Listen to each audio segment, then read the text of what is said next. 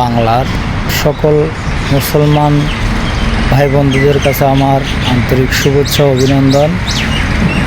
আমি আজকে একটি কথা বলতে চাচ্ছি যে আমাদের ফিলিস্তিনি ভাইদেরকে যেভাবে নির্মমভাবে হত্যা করতেছে, তো এই দোয়া এবং প্রতিবাদ করতে পারবো, এছাড়া তো ওখানে যাইতেও পারতেছি না, তাদের জন্য কিছু করতে পারতেছি না। তো আমরা